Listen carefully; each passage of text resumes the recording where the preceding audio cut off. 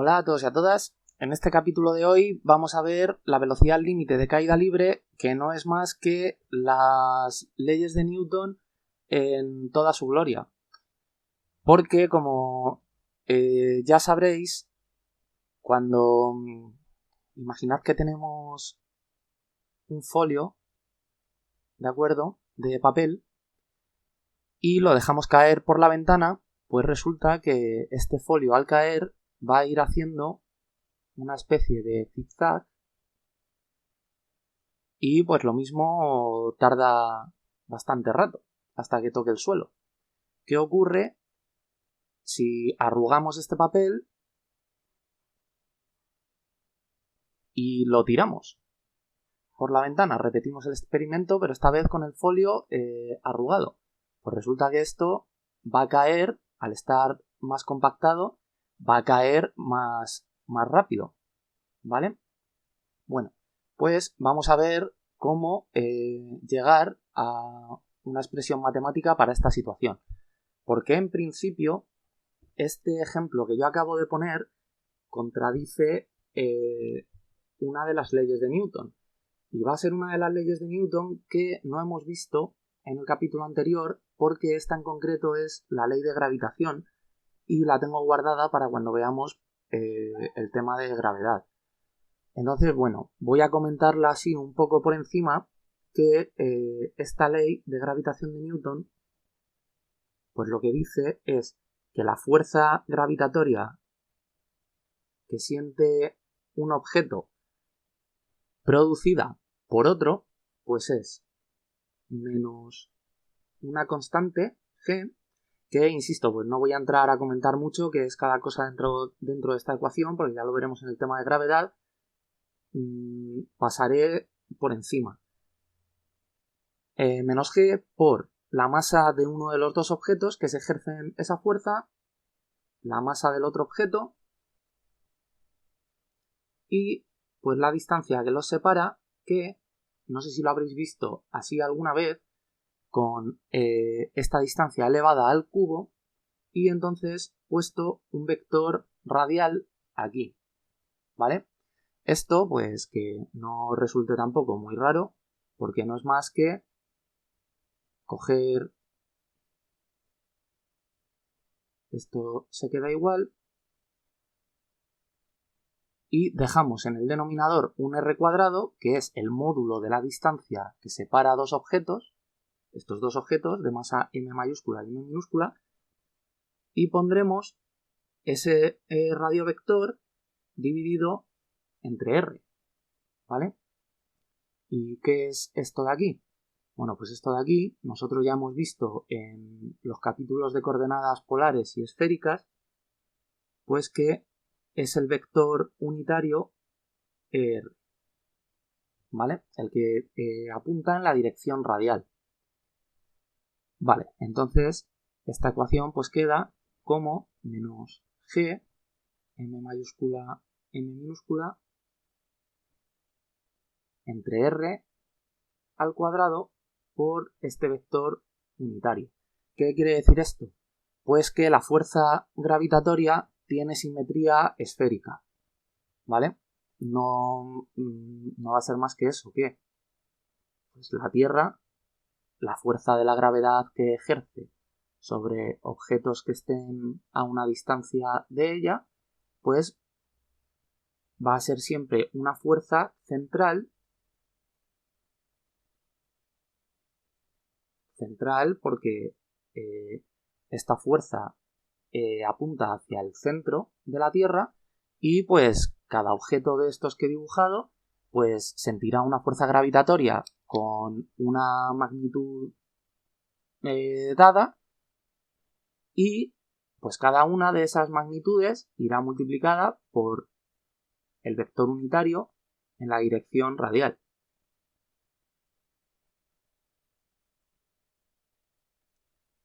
De esta manera. ¿Por qué apuntando hacia el centro? Bueno, pues por este signo menos de aquí y pues más que nada porque es lo que experimentalmente se ve, ¿vale? Entonces pues ponemos este signo menos, que con este vector unitario, pues lo que está diciendo es que este vector, en vez de ser un vector radial, apuntando hacia afuera, pues va en el sentido contrario, apuntando hacia el centro. Vale. Pues imaginad que voy a poner un ejemplo con la Tierra también. Vamos a imaginar que esto que estoy aquí dibujando es la Tierra. Y pues vamos a tener el árbol de las manzanas, este famoso, del cual una se le cayó a Newton en la cabeza. La verdad que dudo mucho que la gente se empeña en a grandes logros de la humanidad querer darle una historia bonita, y yo pues muchas veces me imagino que lo mismo hasta esta ley se le ocurrió a Newton estando en el váter. ¿Vale? O sea que, bueno, el dónde se le ocurriera es lo de menos. Lo que nos importa a nosotros es que pues esta manzana está en reposo y en algún momento pues siente la influencia de la fuerza gravitatoria terrestre, y esa fuerza pues hace que una manzana cambie su estado de movimiento y se caiga del árbol acelerando. ¿Vale? Entonces esta manzana pues va a caer pues apuntando, claro, como hemos visto antes, pues, a ver, que no lo haga torcido, vale, apuntando al centro de la Tierra, ¿de acuerdo? Vale, pues, como hemos visto, la fuerza que va a hacer que esta manzana acelere y cambie su estado de movimiento, pues es la fuerza gravitatoria, o sea, esta. Pero, por la segunda ley de Newton, que nosotros conocemos, pues esta manzana, al cambiar su estado de movimiento, pues será debido a una fuerza que hará que la manzana de masa m pues acelere, ¿vale? O sea, esta manzana va a acelerar debido a esta fuerza de aquí. ¿Y qué fuerza es esta de aquí? Pues esta fuerza es esta, o sea, esta. Por lo tanto, no nos va a costar mucho llegar a la conclusión de que estas dos fuerzas, ¿vale? Estas de aquí, pues tienen que ser iguales, ¿vale? Entonces, la masa por la aceleración que va a sentir la manzana, pues va a ser igual a menos g por la masa m mayúscula, que obviamente es la masa de la Tierra, por la masa m minúscula, que es la masa de la manzana, entre el radio de la Tierra al cuadrado por un vector unitario radial que apunta pues hacia el centro de la Tierra, ¿vale? O sea, imaginad que, a ver, para que esto quede bien clarito, pues, a ver, voy a pintarla en color azul. Esta será la fuerza que sienta la manzana,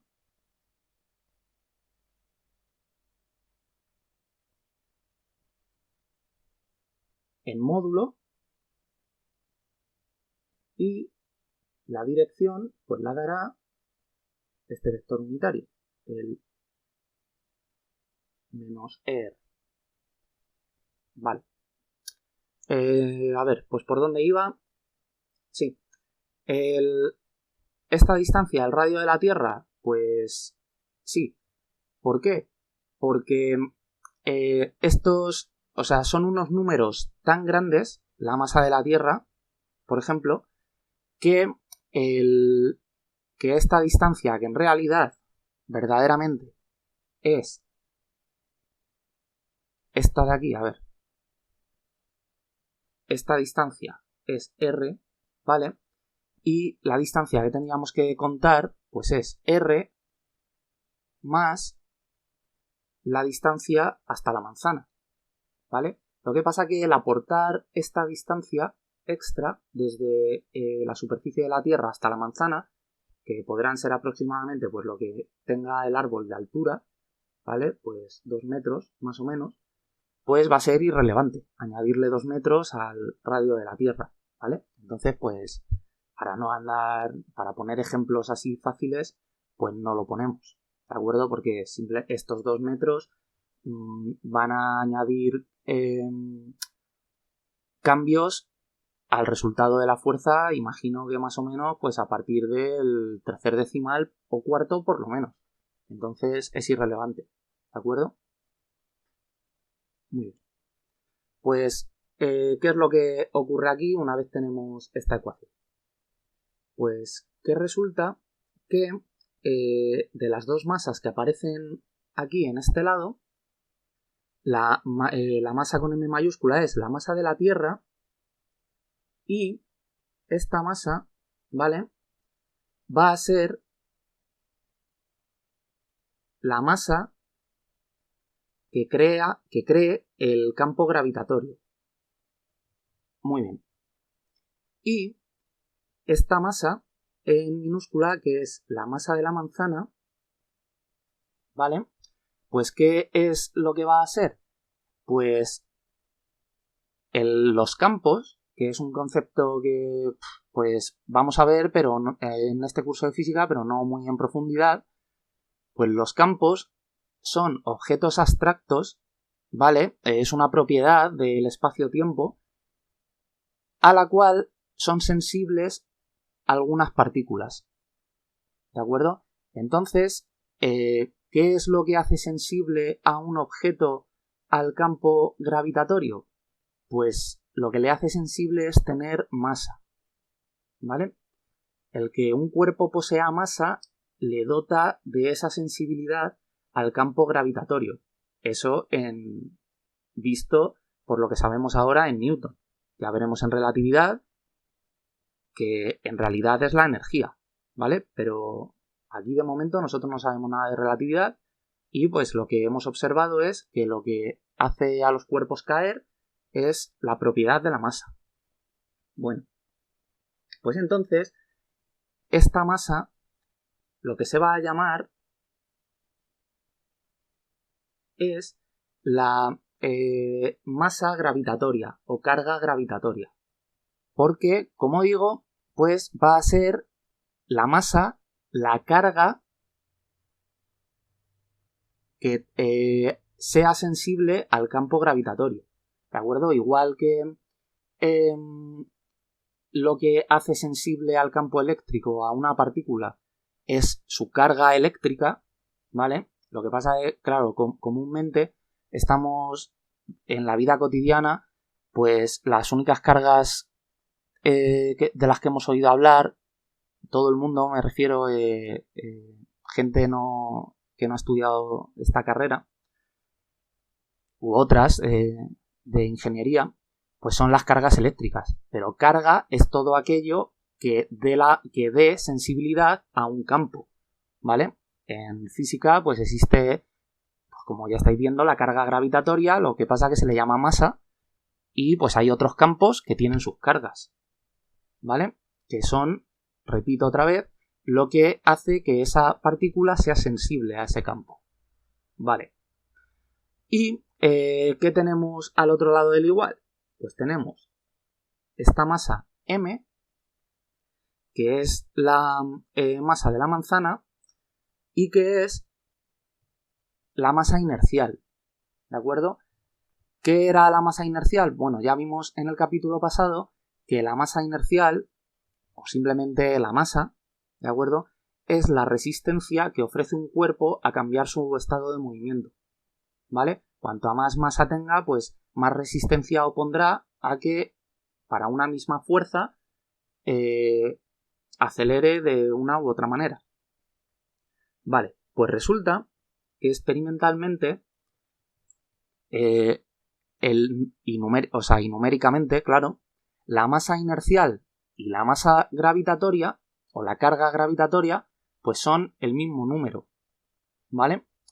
Esto A lo mejor al principio, claro, por la experiencia cotidiana, suena obvio, pero no es tan obvio, ¿vale? ¿Por qué? Pues porque la masa inercial es la resistencia a acelerar, que de hecho lo voy a poner aquí. Y la masa gravitatoria es lo que hace que el objeto sienta el campo gravitatorio. ¿Y qué es lo que hace el campo gravitatorio? Pues el campo gravitatorio lo que hace es acelerar a todo lo que se encuentre en su campo de acción, en su radio de acción, ¿vale? O sea, tú sueltas un objeto y lo que hace la gravedad es tirar de él con la fuerza peso, que lo que hace es acelerar el objeto, o sea, cambia su estado de movimiento. Entonces, voy a copiarlo. Vale. Entonces, pues así a lo mejor se ve un poquito más claro el por qué es chocante que estas dos masas numéricamente sean iguales. ¿Vale? Porque una es la resistencia a acelerar y resulta que esa cualidad del objeto que le hace resistente a acelerar es lo que le dota de sensibilidad a un campo que precisamente lo que hace es que ese cuerpo acelere. ¿Vale? Esto, pues bueno, les trajo de cabeza a todos los físicos de la época el por qué esto era así. Porque obviamente aquí pinta que hay algo más profundo en esta física que dé una explicación a esto. Y obviamente lo hay, pero claro, eso ya no, pues vamos a tener que esperar unos cuantos años después de Newton a que llegue Einstein y con la relatividad general pues dé solución a esto. Y nosotros pues, lamentándolo bastante, la relatividad general no la vamos a ver en este curso, así que pues bueno, ya hablaremos de ellas y eso alguna vez. Entonces, pues bueno, una vez vista que experimentalmente y numéricamente coinciden la masa inercial y la masa gravitatoria, pues entonces es una misma cantidad a ambos lados del igual en una ecuación. Entonces vamos a poder cancelarla y vamos a tener que la aceleración producida por la fuerza gravitatoria en un objeto pues es menos g m entre el radio de la Tierra al cuadrado por el vector unitario en la dirección radial. Vale. Pues esto, ¿qué quiere decir? Pues a lo mejor no se ve así a simple vista, así que vamos a poner un ejemplo. Imaginad que tenemos la manzana de Newton y pues esta manzana está en el campo gravitatorio terrestre y está cayendo pues en caída libre, obviamente con una velocidad. Muy bien. Y tenemos una pluma de un ave, ¿vale? Y pues lo que vamos a hacer es, o sea, que también va a estar cayendo. Entonces, pues vamos a decir que hemos soltado a ambas desde la misma posición inicial, ¿vale? Entonces, a ver, vamos a poner que la manzana irá con la velocidad de color rojo y la pluma irá con la velocidad de color azul, ¿vale? Entonces, ya sabemos por las ecuaciones de la dinámica, pues que la velocidad es igual a la velocidad inicial más la aceleración por el tiempo. Pues en esta será exactamente igual.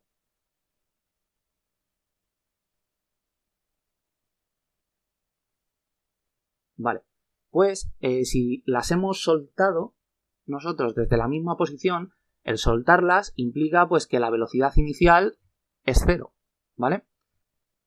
Así que tachamos la velocidad inicial y lo que vamos a hacer es sustituir la aceleración que en el campo gravitatorio terrestre, pues como en caída libre la aceleración que lleva un objeto es la producida por la fuerza de la gravedad, pues hemos visto que es esta, ¿vale? Así que vamos a sustituir en estas ecuaciones pues la fórmula de la aceleración.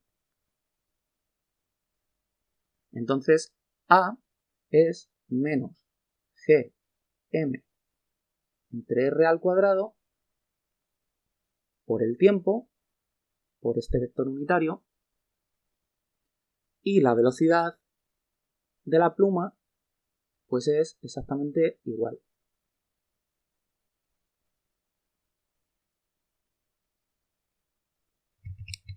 Entonces esto, pues claro, esto, lo acabo de decir ahora mismo, esto es igual, ¿vale?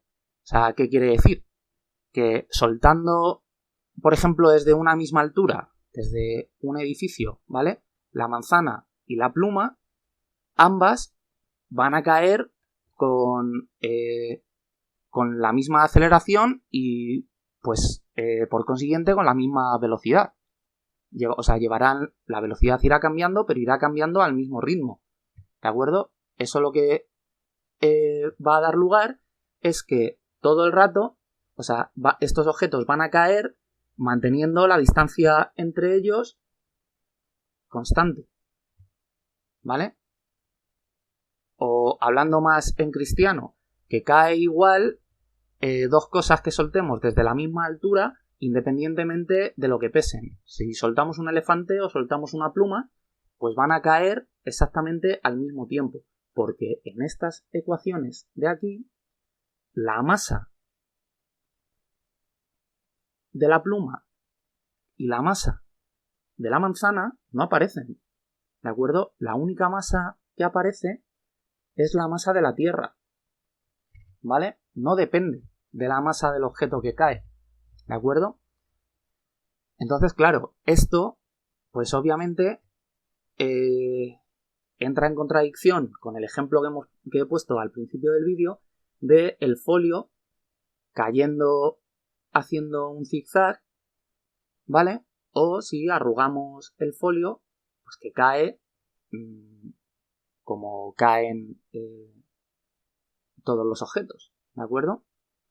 Pues, ¿por qué esa discrepancia entre los hechos experimentales y lo que nos dice la teoría de Newton? Bueno, pues para empezar, porque este ejemplo de aquí, es un experimento mental en condiciones ideales, que lo que quiere decir es en el vacío, ¿vale?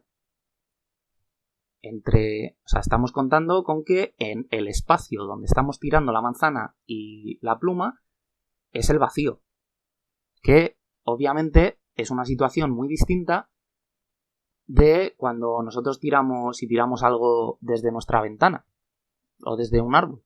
¿Por qué? Pues porque en nuestro entorno hay aire, ¿vale? Aunque nosotros no lo vemos, hay moléculas de oxígeno, hay dióxido de carbono, hay incluso por ahí moléculas de agua en forma de vapor o incluso mini gotitas, ¿vale? Entonces nosotros no estamos en el vacío, estamos en un medio que, pues, no nos ofrece mucha resistencia, ¿de acuerdo? Pero hay un medio. Muy bien. Pues, ¿qué es lo que hace este medio? ¿Cómo reacciona cuando un objeto se mueve en su seno? Pues, como vimos que pasaba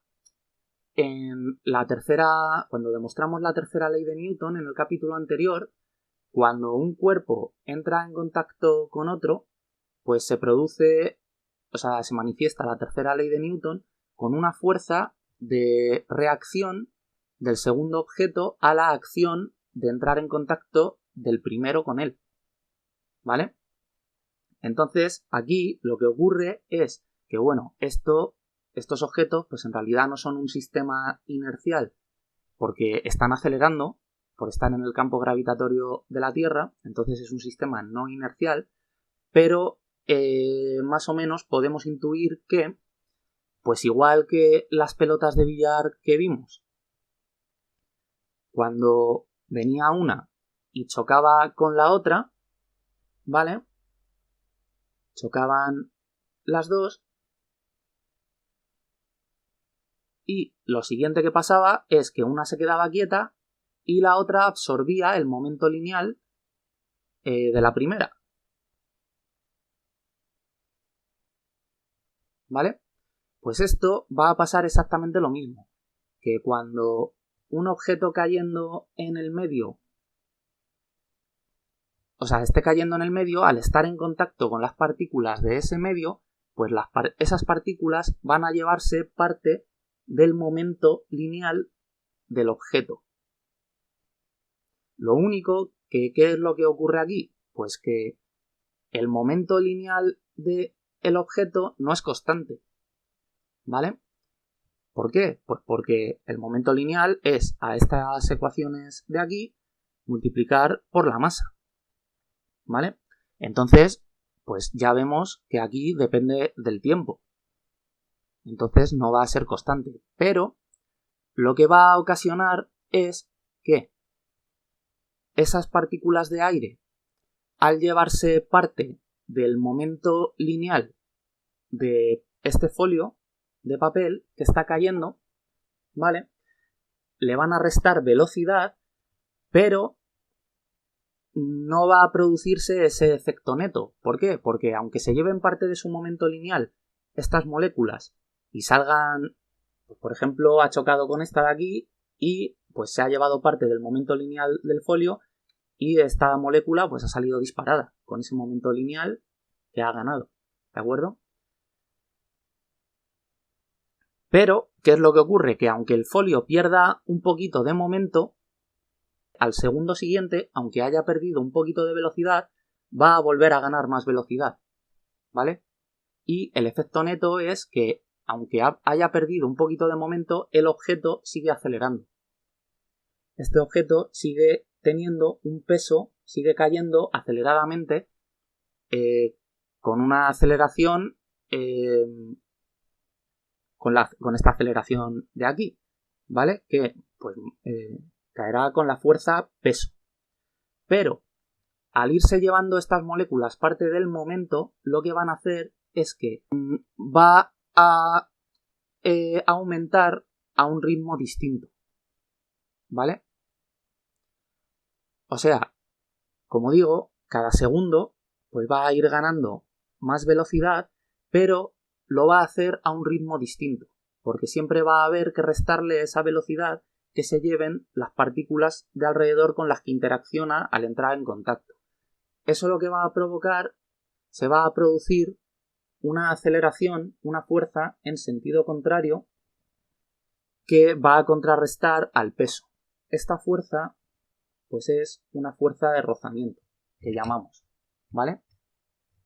Y en concreto, pues esta fuerza de rozamiento, esto ya no voy a entrar en por qué es así, simplemente es evidencia experimental que esta fuerza de rozamiento es proporcional a la velocidad, ¿vale? Y se pone como menos lambda, que va a ser un factor que no vamos a entrar en qué va a ser, menos lambda por el vector velocidad, ¿vale? ¿Por qué es así? Voy a comentarlo un poco por encima. Pues, a ver, el menos y el vector velocidad es porque obviamente la fuerza de rozamiento va a ir en dirección contraria a el vector velocidad que lleve el objeto que está acelerándose, ¿vale? O sea, esto es obvio porque la fuerza de rozamiento, como hemos visto, va a contrarrestar al peso. Vale, por eso ese signo menos. ¿Qué es lambda? Bueno, pues lambda lo vamos a llamar así porque lambda en realidad depende de cada objeto, ¿vale? Depende de cuánta superficie de ese objeto está en contacto con el medio, ¿vale? Depende de varias cosas, de la geometría del objeto, por eso un folio que tiene más superficie en contacto con el medio, pues va a sentir una fuerza de rozamiento mayor que esta pelota y va a luego en la práctica caer haciendo este movimiento de zigzag y no cayendo de golpe, ¿vale? Así que, pues bueno, la fuerza de rozamiento va a ser menos un factor de proporcionalidad por el vector velocidad. Este factor de proporcionalidad obviamente tendrá que tener las dimensiones adecuadas para que multiplicado por las dimensiones de la velocidad pues den dimensiones de fuerza, ¿vale? Bueno, pues voy a borrar y vamos a analizar esta situación. Muy bien, pues entonces este folio cayendo va a sentir, como decíamos, el peso, que es la fuerza con la que le atrae la Tierra. Y pues bueno, antes no lo he dicho, pero a la aceleración con la que atrae la Tierra, que hemos visto que es esto,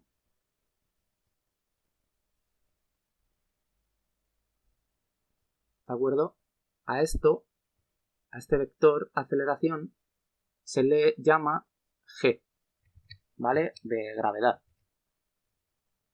Vale. Pues aplicando en esta situación la segunda ley de Newton, pues ¿qué es lo que vamos a tener? Pues que el sumatorio de las fuerzas que siente este objeto pues será igual a la masa por la aceleración. Vale, entonces lo primero que vamos a calcular y lo que le da nombre a este vídeo es la velocidad límite de caída libre, ¿vale? ¿Esto qué quiere decir? Pues que si tal y como hemos definido la fuerza de rozamiento como proporcional a la velocidad, pues claro, un objeto al caer, bueno, antes de eso voy a explicar, o sea, lo he dicho antes, pero bueno, se me acaba de ocurrir un ejemplo, la verdad, bastante ilustrativo. El que la fuerza de rozamiento sea proporcional a la velocidad, nada más que tenéis que abrir la palma de vuestra mano y con fuerza abanicar el aire, ¿vale? Entonces notaréis que notáis ese, o sea, sentís ese aire. ¿Por qué sentís ese aire? Pues porque está ofreciendo una fuerza de rozamiento al paso de vuestra mano, ¿vale? No ocurre igual si vosotros abanicáis con vuestra mano a una velocidad muy pequeña, ¿vale? No notaréis absolutamente nada. Sin embargo, si la velocidad con la que lo hacéis es alta, notaréis ese aire, ¿vale? Por eso, así yo creo que se ve bastante claro esta ecuación. Vale, pues ¿qué es lo que va a ocurrir? Que como un cuerpo cayendo en caída libre por la gravedad de la Tierra cada vez va a ir teniendo más velocidad, pues si la fuerza de rozamiento es proporcional a la velocidad, va a llegar un momento en el que esta fuerza de rozamiento cada vez va a ir, va a ir aumentando más y va a llegar un punto en el que va a ser igual al peso, ¿vale? En ese momento en el que la fuerza de rozamiento sea igual al peso, ¿vale? Se van a cancelar las fuerzas. Entonces, al cancelarse las fuerzas, ya no habrá nada que cambie el estado de movimiento de este folio cayendo y caerá a partir de ese momento a velocidad constante. ¿De acuerdo? Se cancelarán las fuerzas, pasará a ser un sistema inercial y como todo sistema inercial, pues se mueve a velocidad constante. ¿Vale? Por lo tanto, la condición de velocidad límite pues va a implicar que el sumatorio de las fuerzas sea igual a 0. ¿De acuerdo? Porque va a ser en ese punto en el que estas dos fuerzas se cancelen en el que alcancemos la velocidad límite. ¿Vale? Bueno, pues entonces, siguiendo esta ecuación, tendremos que el peso más la fuerza de rozamiento pues será 0. ¿Vale? Entonces, el peso, pues nosotros ya sabemos que es la masa por la aceleración de la gravedad, por esta g, ¿vale? Entonces será la masa y vamos a separar la g en coordenada y vector unitario. Entonces, menos g por ese vector unitario en la dirección radial, que, pues bueno, como la Tierra es muy grande, pues un trocito de superficie, o sea, en realidad este trocito de aquí, visto a nuestra escala, parece plano. Entonces, pues nosotros en un sistema de coordenadas normal y corriente, a nuestra escala, pues podríamos decir que cae, pues yo que sé, con el vector menos EI o el menos EZ, según nombremos a este eje de aquí, ¿vale? Pero bueno, pues como ya lo hemos hecho a escala planetaria con con simetría esférica y tal, con este vector radial, pues ya lo dejamos puesto así, ¿vale? Muy bien, más la fuerza de rozamiento, y la fuerza de rozamiento, pues, que hemos dicho que es menos lambda, entonces, claro, este más es un menos lambda por el vector velocidad, que igual separaremos en coordenada y vector unitario. Entonces, pues la velocidad lleva el mismo sentido que la aceleración, entonces será menos la velocidad por ER. Muy bien. Y esto pues va a ser igual a 0. Ok. Pues este menos con este menos se cancela y se convierte en un más, entonces tendremos lambda v menos mg, todo esto multiplicado por el vector ER igual a 0. Entonces, como el vector unitario no es 0, pues lo que tiene que ser 0 es esto de aquí. Entonces, pues le vamos a quitar el carácter vectorial y tendremos que lambda v menos mg es igual a 0. Vale. Por lo tanto, despejando v, pues tendremos que es igual a mg entre lambda. Y esta v no es una v cualquiera, es la velocidad límite, ¿vale? Que es la que hace que lleguemos, después de estar sintiendo unas fuerzas, cuando éstas se cancelen, lleguemos a una velocidad constante, ¿vale? Muy bien. Pues ya que hemos encontrado lo que vale esta velocidad, la guardamos. Vale, pues lo que vamos a calcular ahora es cómo queda la velocidad vista como función del tiempo, ¿de acuerdo? Porque esto pues está claro que el folio va a ir cayendo cada vez, va a ir acelerando, va a ir ganando velocidad, esto es el vector velocidad, ¿vale? Hasta que va a llegar a un punto en el que alcance la velocidad límite y ya a partir de ese punto va a caer todo el rato con la velocidad límite. O sea que en ningún momento el folio deja de acelerar por la fuerza de rozamiento. O sea, el folio acelera todo el rato, ¿de acuerdo? Lo único que llega un momento en el que pues ya se queda con una velocidad fija, ¿vale? Esto gráficamente se puede ver como que aquí está, si tenemos esta gráfica es la velocidad en función del tiempo, pues vamos a tener aquí la velocidad límite como una asíntota horizontal y pues la función que haga esto pues irá creciendo como sea, de tal manera que cuando llegue a este valor de la velocidad pues se va a quedar ahí fijo, ¿vale? Más o menos. Ok, por lo tanto, en esta situación, pues aplicando la ley de Newton, la segunda ley de Newton, tendremos que el sumatorio de las fuerzas ahora sí que van a ser igual a la masa por la aceleración. Vale, pues las fuerzas que siente esta partícula son las mismas de antes, son el peso más la fuerza de rozamiento y eso tiene que ser igual a la masa por la aceleración de la partícula. Vale, pues el peso ya hemos visto que es m por menos g más la fuerza de rozamiento que es menos lambda por v, menos v r y la masa es igual a la masa por la aceleración que pues obviamente acelerará en la misma dirección del peso, o sea en menos a por r. Muy bien. Pues sacando al vector ER como factor común, pues vamos a tener lambda v menos m por g ER, esto es igual a menos MA ER. Vale, pues le vamos a quitar el carácter vectorial, ¿de acuerdo? Porque pues esto de aquí tendrá que ser igual a esto de aquí, ¿vale? Y lo que vamos a hacer es llevarnos este menos al otro lado y entonces esta diferencia cambiará de posición, ¿vale?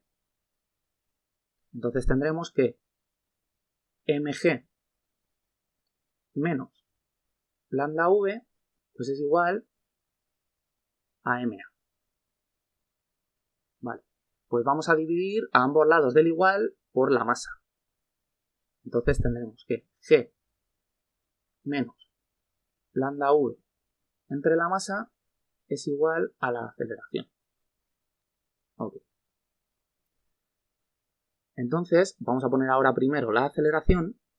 Pues la aceleración tendrá que ser igual y ahora vamos a sacar factor común a este lado del igual a lambda m.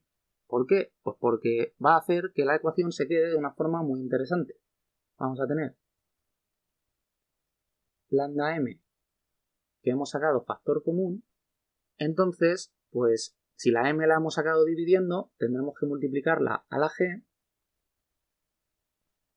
y si lambda lo hemos sacado multiplicando, pues tendremos que dividirlo a la g, ¿vale? Y esto va a quedar aquí menos v, y pues ya está, ¿vale?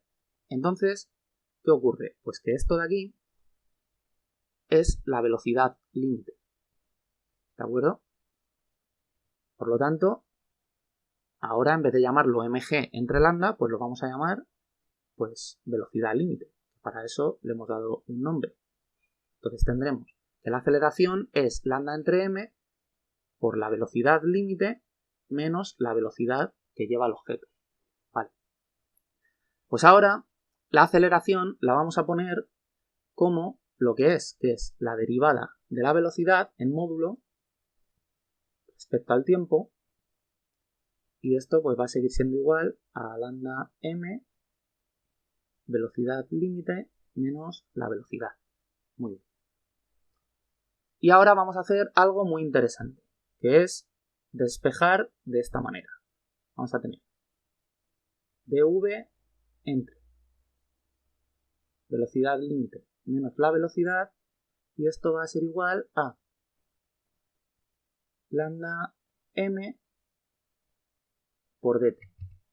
Vale, pues ¿por qué lo hemos dejado así? Porque al poner la aceleración como la derivada de la velocidad, pues hemos hecho de nuestra ecuación una ecuación diferencial, ¿vale? Entonces, para solucionar la ecuación diferencial, pues vamos a tener que acabar integrando. Entonces, si dejamos la ecuación de esta manera, pues si nosotros integramos ahora a ambos lados del igual, al lado izquierdo, como estamos integrando respecto a la velocidad, pues entre 0 y v, y al lado derecho, como estamos integrando respecto al tiempo, pues entre 0 y t. Entonces, ¿qué pasa? Pues que aquí lo que tenemos es VL, esto es una constante, y esto pues es como si tuviéramos la integral de dx entre 2 más x, ¿vale? Y esta integral es la integral que da como resultado un logaritmo neperiano, porque es la derivada de algo entre ese algo sin derivar, ¿vale? Y eso pues es la integral de un logaritmo neperiano. O sea, perdón, da como resultado integrar eso da como resultado un logaritmo neperiano. Entonces, pues bueno, lo único que nos falta a nosotros para que eso sea así es, como aquí la velocidad va con signo negativo, pues poner arriba un signo negativo. Entonces, para que este signo menos se contrarreste, pues ponemos un signo menos fuera de la integral. Entonces, toda la integral, sin el signo menos, pues es el logaritmo neperiano de esta función que está en el denominador, ¿vale? De VL menos v. Y esto pues tenemos que evaluarlo entre 0 y v. Y a la derecha, pues esto de aquí es constante, sale fuera de la integral y la integral de dt es t. Que tendremos lambda m por t evaluado entre 0 y t. Entonces vamos a tener, perdón, me he dejado aquí un signo menos que tenía que ir aquí, ¿vale? Efectivamente, pues lo que vamos a hacer es este signo menos nos lo vamos a llevar al otro lado del igual porque nos va a ser más cómodo que esté allí. Así que así queda, ¿vale? Este signo menos es este que hemos sacado para que pudiéramos hacer la integral. Bueno, pues entonces tendremos que al evaluar, pues queda el logaritmo neperiano de v de la velocidad límite menos, pues evaluamos v en v, aunque suene un poco redundante, bueno, tendríamos que haber matemáticamente cambiado la variable de integración, pero somos físicos, ¿no? No matemáticos, nos entendemos. Pues menos v y menos el logaritmo neperiano de vl y ahora v está evaluado en 0, o sea que de v. Muy bien. Menos lambda entre m y t evaluado en t y luego en 0 pues es t, porque eso va a dar un paréntesis t menos 0, porque es t, ¿vale? Muy bien. Entonces, aplicando propiedades de logaritmos, una resta de logaritmos es el logaritmo de este cociente. Vale. Menos lambda m t. Entonces nos vamos a llevar el logaritmo neperiano al otro lado como su función inversa, y la función inversa del logaritmo neperiano pues es la función exponencial. Entonces tendremos e elevado a menos lambda m por t. Nos llevamos el denominador multiplicando al otro lado, tenemos v, l, o sea, velocidad límite menos la velocidad por la velocidad límite por e elevado a menos lambda m por t, y despejamos la velocidad, queda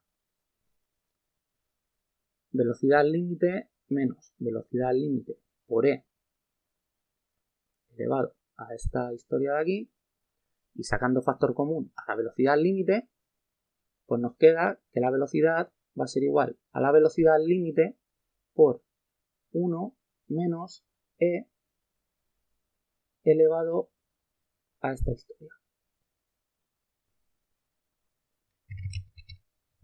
Entonces, pues hemos encontrado una fórmula para la velocidad que ya no es la que teníamos antes.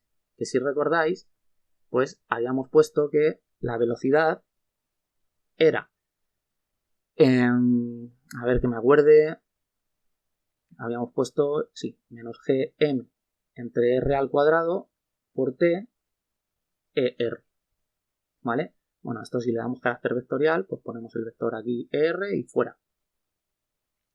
Entonces ya no va a ser la velocidad esta ecuación de aquí, ¿vale? Sino que va a ser esta, en función además de la velocidad límite, ¿vale? Y vamos a ver algo muy curioso, que es que si hacemos el límite cuando el tiempo se hace muy grande, o sea, cuando el tiempo tiende a infinito, de esta ecuación que acabamos de obtener, que es la velocidad en función del tiempo, pues vamos a tener el límite cuando t tiende a infinito de vl por 1 menos e, y si sustituimos la t por un infinito, pues al final nos queda infinito por menos lambda, pues es menos infinito, y menos infinito entre la masa, pues sigue siendo menos infinito, ¿vale? Entonces, el límite de e elevado a menos infinito es 0, y nos queda pues la velocidad límite multiplicando a este 1, que es la velocidad límite. Entonces esto lo que nos está diciendo es que cuando pasa un tiempo muy largo, pues al final la velocidad con la que va a caer este folio, pues es la velocidad límite, ¿vale? Y como esta ecuación de aquí es una exponencial, pues, a ver, dejadme que borre, pues al graficarla, la forma que tiene esto es la que he puesto antes, teniendo aquí la velocidad en este eje y en este el tiempo, pues resulta que la velocidad límite es, como he dicho, una asíntota horizontal y pues nuestra función va a ir la velocidad creciendo, creciendo, creciendo hasta que llegue a la velocidad límite y aquí al tener una asíntota horizontal no va a llegar nunca a ese valor.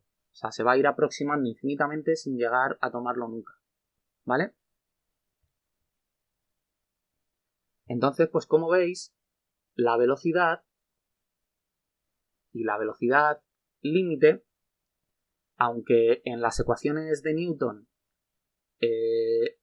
la velocidad y la aceleración con la que caía el objeto no dependía de la masa del objeto, veis que aquí, tanto en la velocidad límite como en la ecuación de la velocidad, sí que aparece la masa, ¿vale? Aparece en una la masa, bueno, en las dos la masa y el factor lambda, que depende de la geometría del objeto y de varias cosas más, ¿vale? Así que al final, pues vemos que de forma realista, claro que depende la velocidad con la que cae un objeto de la masa de este, ¿vale? Por estar en un medio y no en el vacío. Así que, pues bueno, espero que os haya gustado este capítulo y pues nos vemos en el siguiente.